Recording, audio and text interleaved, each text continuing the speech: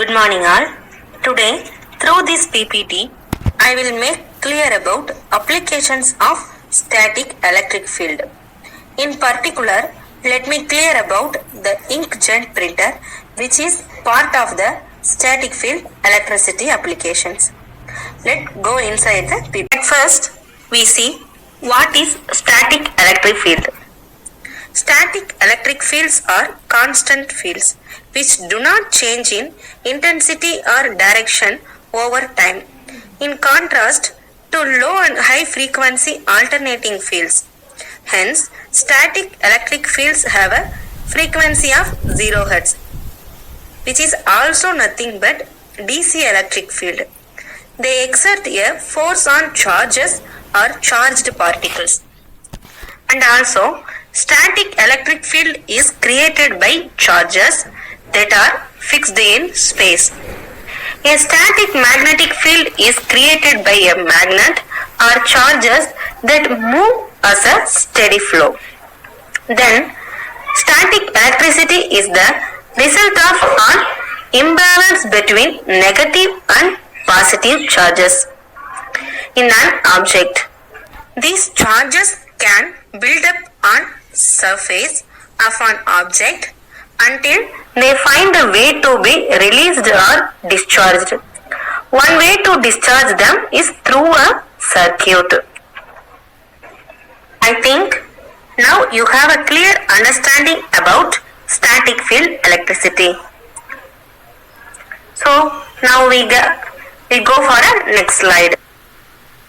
We see applications based on static electric field.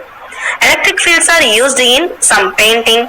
They generate a small charge on the surface of the material to be painted, and they generate the opposite charge in the paint to be applied. Only the paint that touches the surface of the material sticks. Uses of static electricity include pollution control, Xerox machines and painting. They use the property that opposite electric charges attract.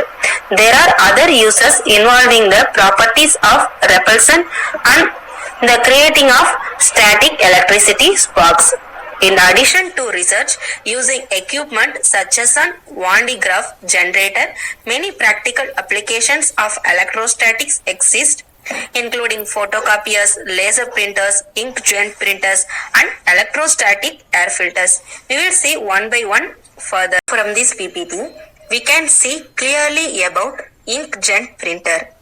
Inkjet printing is a type of computer printing that recreates a digital image by propelling droplets of ink into paper and plastic substrates.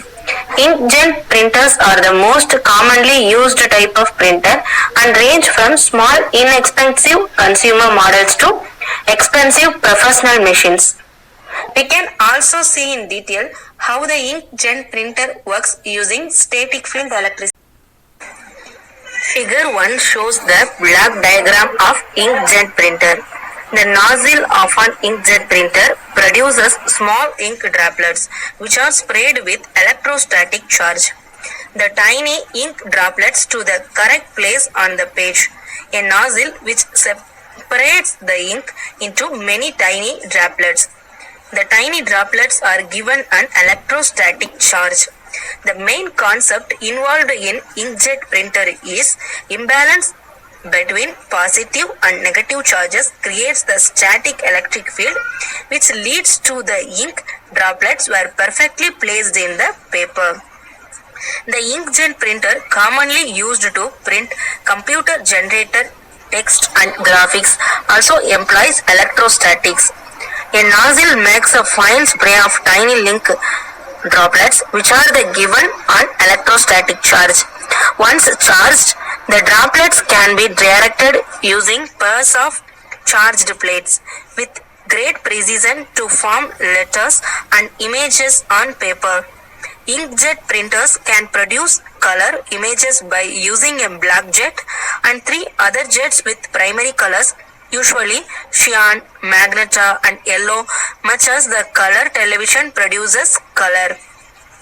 Electrostatic painting employs electrostatic charge to spray paint onto oddly shaped surfaces.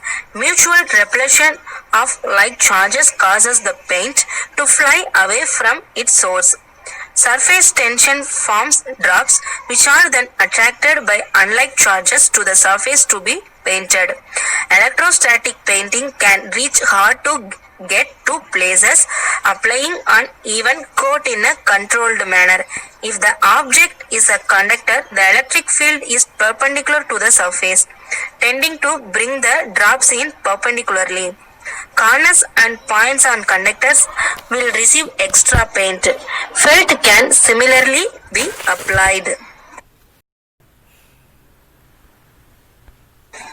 Now we will see the applications of inkjet printer.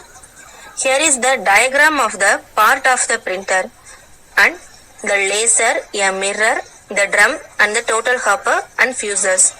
The paper moves one side of the printer to other side. Here is in a roller. At first the drum is positively charged.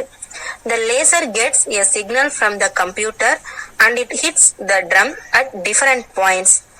The points on the drum that got hit by the laser becomes negatively charged.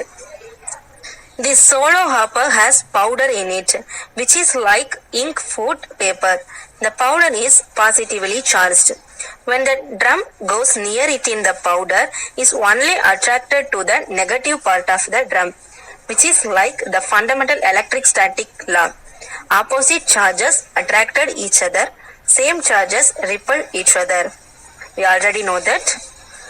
And the paper sticks to it for reverse words on the drum.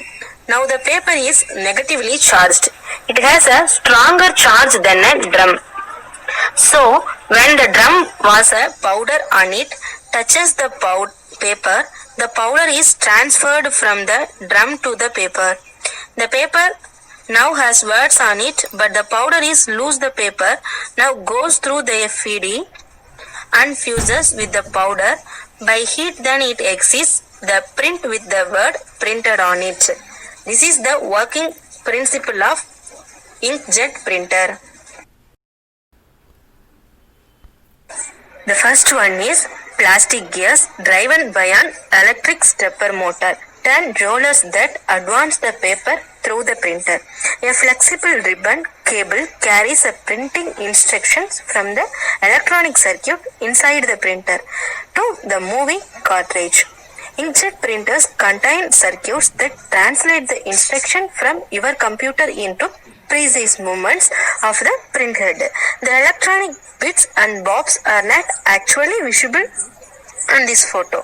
There is usually a single large circuit board somewhere in a printer with all the components mounted on it, including the control switches, LED displays, lights and various component connections to the printer mechanism and power supply. And the third main part is plastic and rubber rollers. Pinch the paper tightly so it can be moved through the printer with the absolute precision. And the fourth one is a sturdy metal rail guides the printer head as it moves back and forth.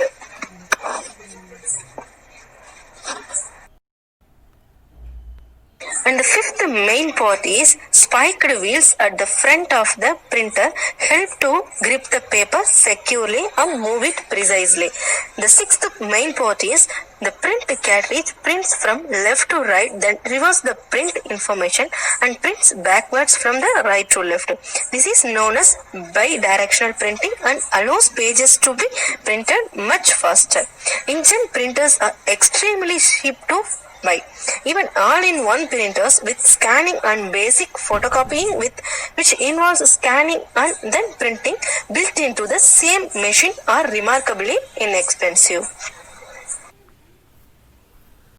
In this slide, we will see about working on inkjet printer based on fundamental laws in EMF. Furthermore, the derivation of those equations can be clearly seen.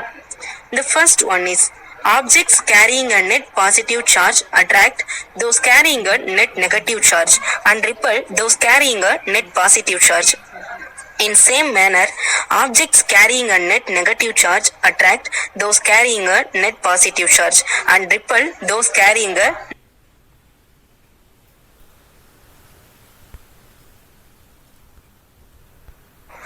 The fundamental law of Coulomb's law is also involved in this printer. So we know that Coulomb's law is the law of action between charged bodies. Here paper and the drum is the charged bodies. And also Coulomb's law gives the electric force between 2 point charges in an otherwise empty universe. And also a point charge is a charge that occupies a region of space which is negligibly small compared to the distance between the point charge and any other object. In the same way, the paper is negatively charged and the drum is positively charged. It has a stronger charges than a drum. So when the drum was a powder and it touches the paper, the powder is transferred from the negatively charged particle to positively charged particle. So the second law relates the electric force into Newton's second law. So how we know how strong the electric force must be provide this acceleration and can calculate it from it the strength of the electric field within the printer.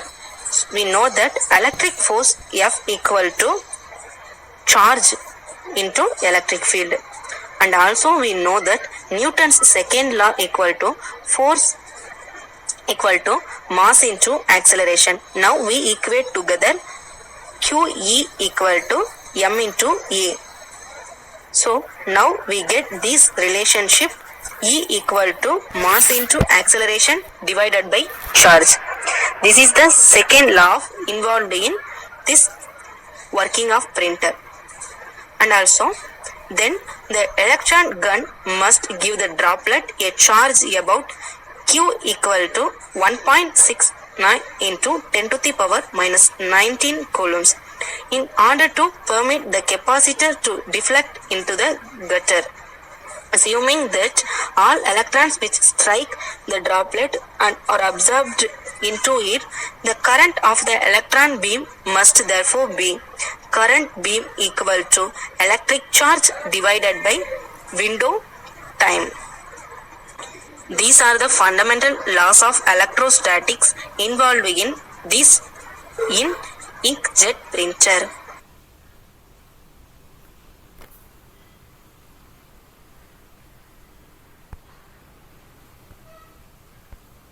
The further more slides we will see about calculations based on assuming conditions. The first one is, let us assume that each droplet of ink is a sphere of diameter d. As it flies towards the paper, then creates a spherical dot about 20% larger than d. When it strikes the paper, how large must be the drop be to yield a resolution of 300 dots per inch? Each dot equal to 1 divided by 300 inch equal to 84 micrometers, which is also denoted in microns. We know that 84 microns equal to 1.20 diameter. Diameter equal to 70 microns. So radius r equal to diameter divided by 2, which is 35 microns. We can derive a number of properties from the size of the drop. We know that the droplet is a sphere. The volume of sphere V equal to 4 by 3 pi r cube. So the volume of the droplet is 1.13 into 10 to the power minus 13 meter cube. Second one is, assume that density of ink is about the same as that of water, 1000 kg per meter cube. They ask to find the mass of droplet. Mass equal to density into volume. Density of water equal to 1000 kilogram per meter cube. Volume of droplet is, we already find it, 1.13 into 10 to the power minus 13 meter cube. So 1000 into 1.13 into 10 to the power minus 13 equal to 1.113 into 10 to the power minus 10 kg. The mass of droplet is 1.13 into 10 to the power minus 10 kg.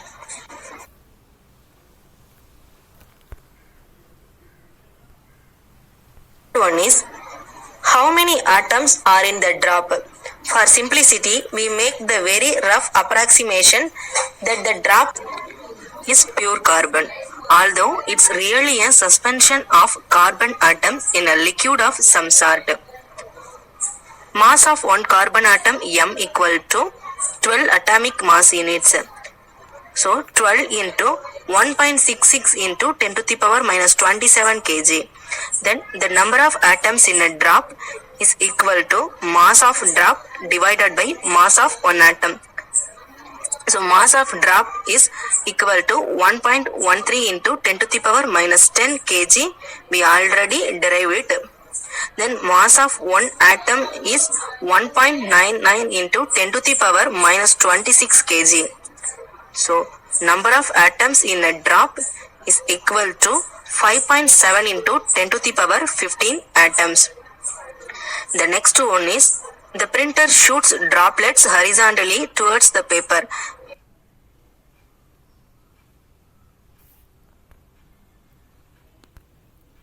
Next one is, the printer shoots droplets horizontally towards the paper. When aiming for a particular spot on the paper, is it necessary to take into account the deflection of the drops due to gravity during the flight? Well, how far does the droplet fall downwards during its flight? Distance to the paper d is equal to 3 millimeter. Speed of the droplet is given v equal to 20 milli per second. Time to reach paper is t equal to distance to the paper divided by speed of droplet, which is 1.5 into 10 to the power minus 4 seconds. Then drop falls down h equal to 0.5 into v into t power squared. G is the gravity. We already know gravity is equal to 9.8 into meter per second squared. So drop falls down h equal to 0.5 into 9.8 into 1.5 into 10 power minus 4 second squared. So drop falls down, which is equal to 0.11 microns. Now, since the droplet itself has a radius of r equal to 35 microns, this deflection is only a tiny fraction of the drop size. We can ignore the effect of gravity on the drop without incurring any perceptible change in the placement of the dots on the paper. So, now let's examine two properties of the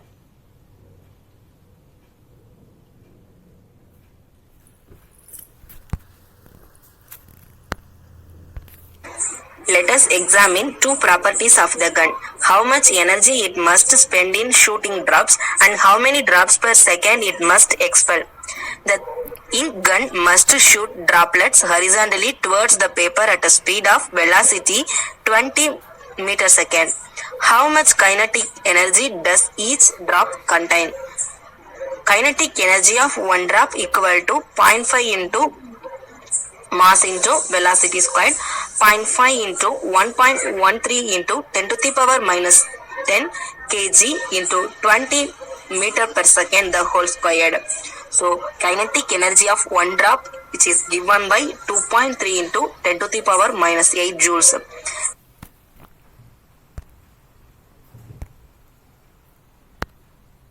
In this slide, I will explain advantages and disadvantages of inkjet printers.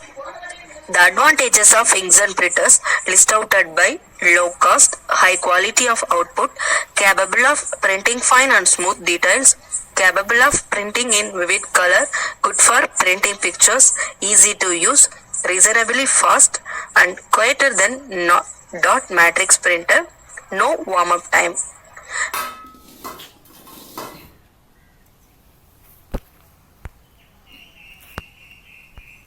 It has a lot of advantages. It also has some disadvantages. There are: print head is less durable, prone to blogging and damage, expensive replacement ink cartridges, not good for high volume printer. It has lot of advantages and also it has some disadvantages, but comparatively it good for other printers.